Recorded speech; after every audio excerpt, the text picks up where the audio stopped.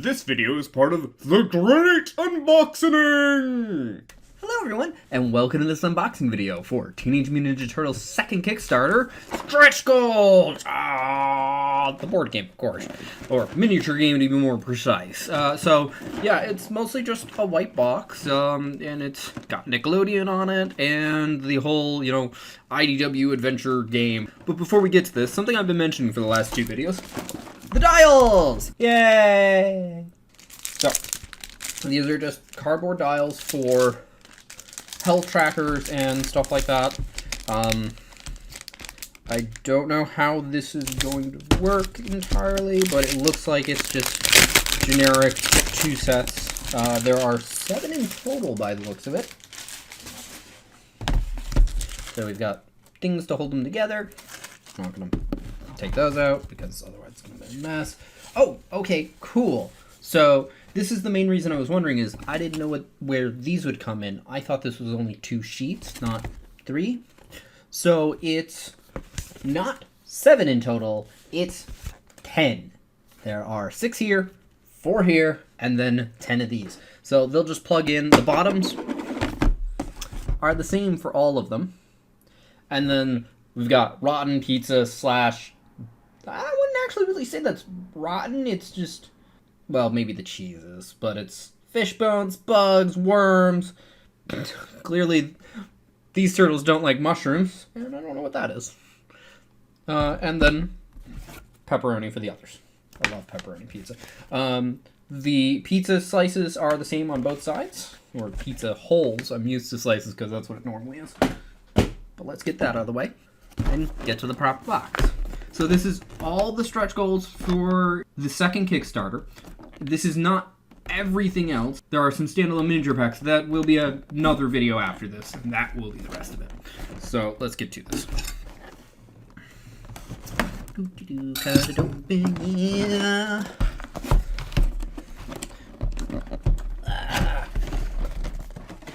Oh, is this nothing but miniatures? I'm okay with that.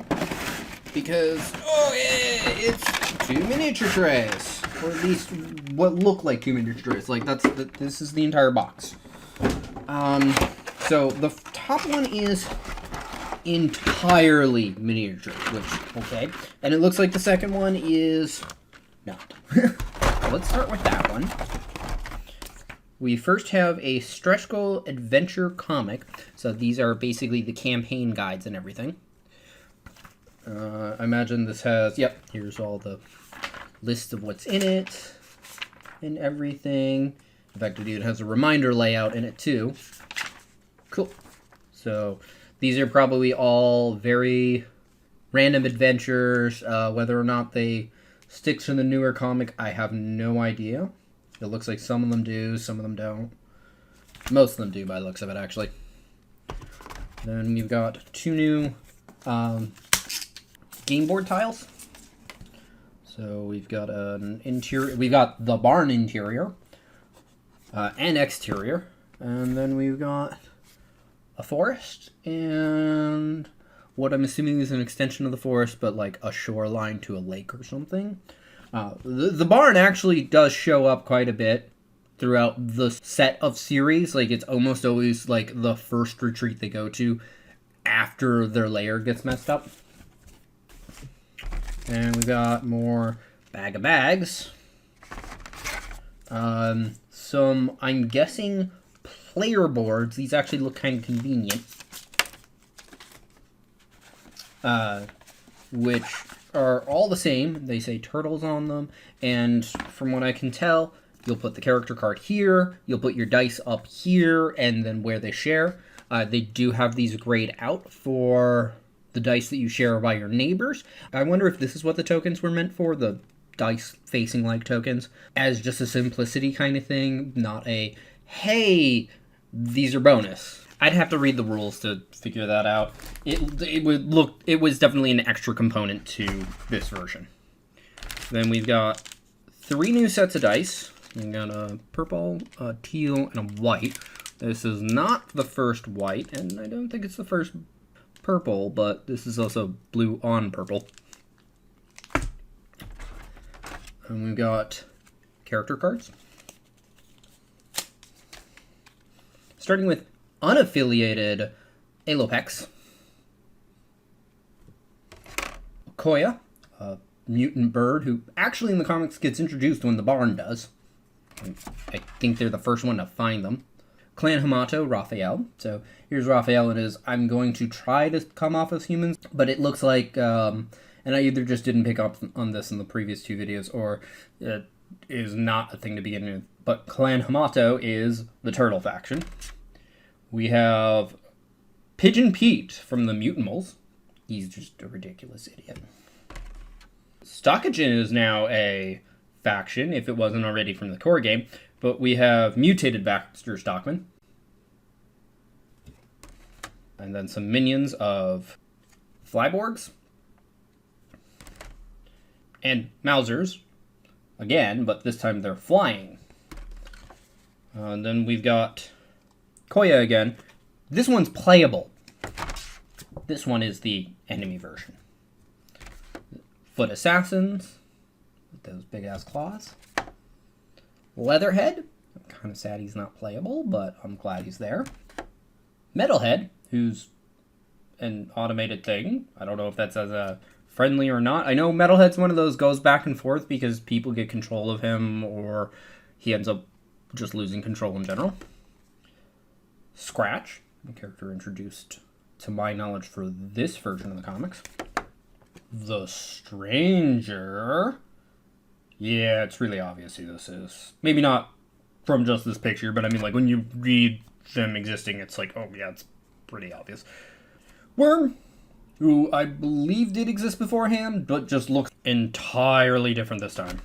Savant Ninjas. So there's another ninja faction in this version. Victor, who's the leader of that.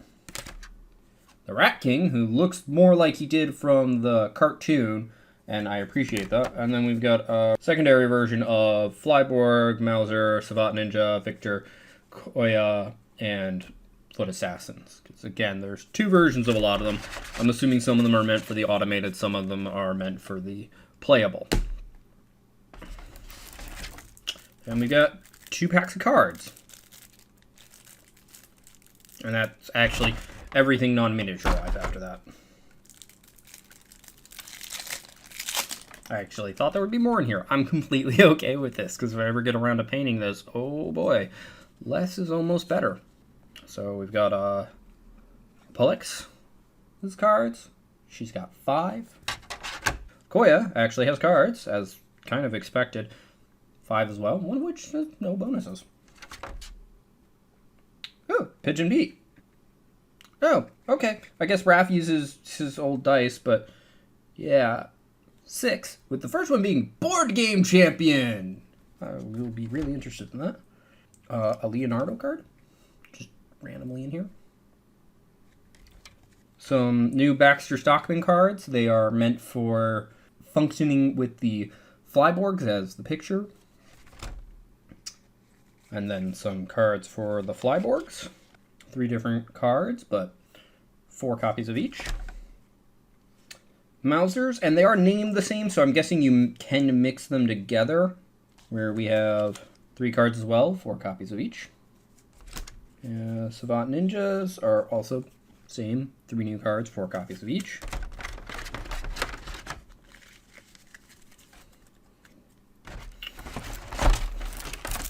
And on to the other pack. Also, this tray is definitely different and designed for just this. This stuff would be over here normally, the dice would be here, and then there'd be 3 spaces for the cards that would actually be this way instead of this way. But the dice were here instead, and cards were here. Big cards, that is, for the characters. And really the stats. Okay. Then we've got Victor specifically, the Savant leader, who has the same number of cards. Koya as an enemy, who only has 2 cards with 4 each. The Foot Assassins, also having only 2 cards with 4 copies each. And then we've got 2 new regroups. They say the same thing, but have different images. I don't know if you're supposed to get more than one, or they just want to go, hey, here's some stylized stuff. Then we've got Ally Raphael, in the same outfit from the earlier card. Renette? Does that staff look familiar?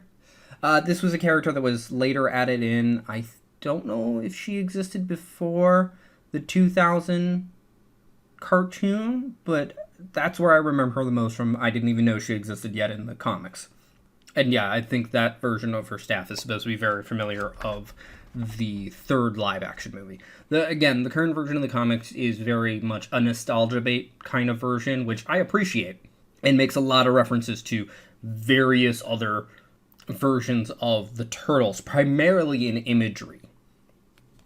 Lopex as an ally, Pigeon Pete as an ally. Notice the allies don't have a faction, they're either ally or Koya, enemy ally, as a tiny little bird, and I won't be surprised if that's Splinter.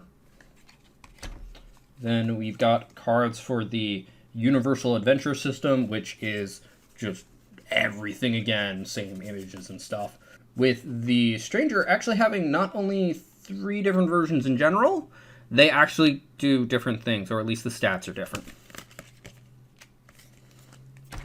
So that's all of the mechanics stuff, pretty much. In other words, everything except for the miniatures. So let's get to that as soon as I clean this up so that it's not all over the place. I do really like these trays, by the way. They're nice. Like, you can just take them out of the box and, oh, hey, look, they're not going to sift around. Instead of just being like, this goes in the box as is. Like the stuff in the tray, that is. Alright, so we've got all of these miniatures, because it was really a lot of goons by the looks of it, or minions to be precise. So let's get these pieces of circle tape off. The first one was a lot easier than the second one. Again, I don't really appreciate tape on these trays. They are clearly, if anything, meant for manufacturing purpose, and it really just tells me stop wasting these materials and have your people manufacturing your stuff be more careful. Especially since, again, this is the game that has the notches in it, so this holds on real well. But regardless, let's get that out of the way.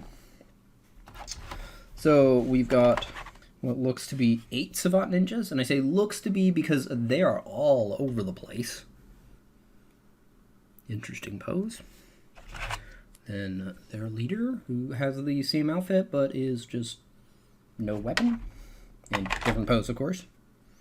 Oh, I found at least one more, so there's 9. Probably a 10th in here somewhere. At least 16 flying Mousers. I do like these. I don't really like the stem being there. I don't know what I'll do with it painting-wise, but it's better than nothing. What looks to be 10 Flyborgs. These are really cool. Glad they're a little smaller than most, because that wouldn't make sense otherwise. The Foot Assassins, there appears to be only 3. Reminds me of Valdo very much. And then on to more specific characters. We've got Baxter Stockman, who this version is very clearly inspired by the old cartoon version. I mainly say that because of the gun. I'm glad it doesn't look like it did in the first of the 3D animated Turtles shows, because they really overly emphasized on the fact that he's a fly mutant. Like, they made it really creepy. The cat thief or burglar, I don't remember his name already. Yeah, these don't have names on the bottom. The Stranger. Apollux, who does look very similar to her original version, but she doesn't really change much in terms of outfit and stuff. The Worm, who is the meatiest model in here for sure. Nice giant mallet. A Hawk mutant, who again I don't remember the name of, who is the largest model, but that's more spread out.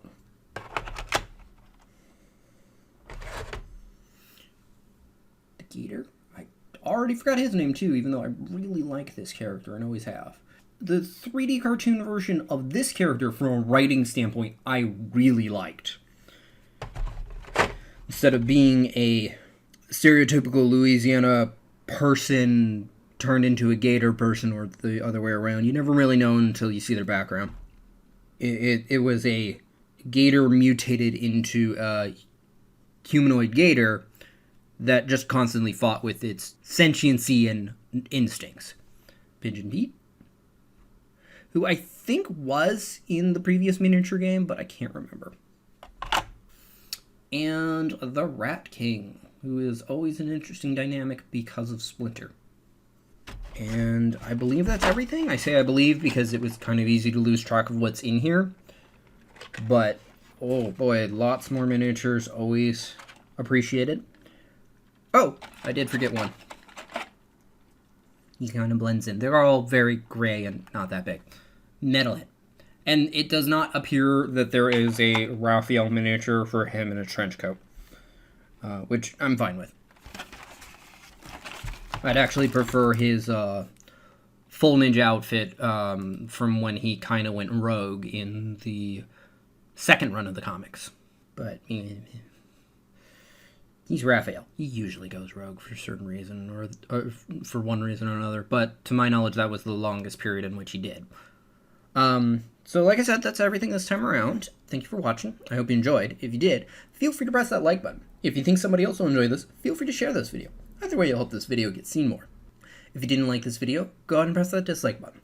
I won't mind, but please leave a constructive comment as to why. Also, feel free to comment in general, such as if you want to talk about Teenage Mutant Ninja Turtles, regardless of which version. I have a positive opinion of all of them except for the newest cartoon, because that animation style and writing is atrocious. Yeah, just go look at screenshots of Splinter. Or if you want to talk about this game, or be it the Turtles part of it, or the IDW Universal system, which currently, to my knowledge, the only other setting included is the Batman, the animated series version, and it's all pre-new Batman adventures and stuff like that. So before Superman is introduced and the art style changes, which honestly I think was for the better, except the Joker. Oh god, he got really weird looking, and I don't mean like the Batman version, which is actually my favorite incarnation of the Joker. I digress. Also, if you want to see any more details of this game, be it a general overview, a detailed overview, feel free to comment, or if you want to see any of this stuff painted sooner rather than later, which, again, as I've said in the previous two videos, isn't going to be anytime soon unless people request. Because it's not getting played due to plague, and that's the biggest thing that gets me to paint models. Outside of, I just want to. And if you'd like to see more like this, be more unboxing videos, my board game overviews, my painting videos, all three of which I'm willing to do for this game, and anything else you might want to see on my channel, feel free to subscribe. Regardless, thank you for watching and have a wonderful day. Bye-bye.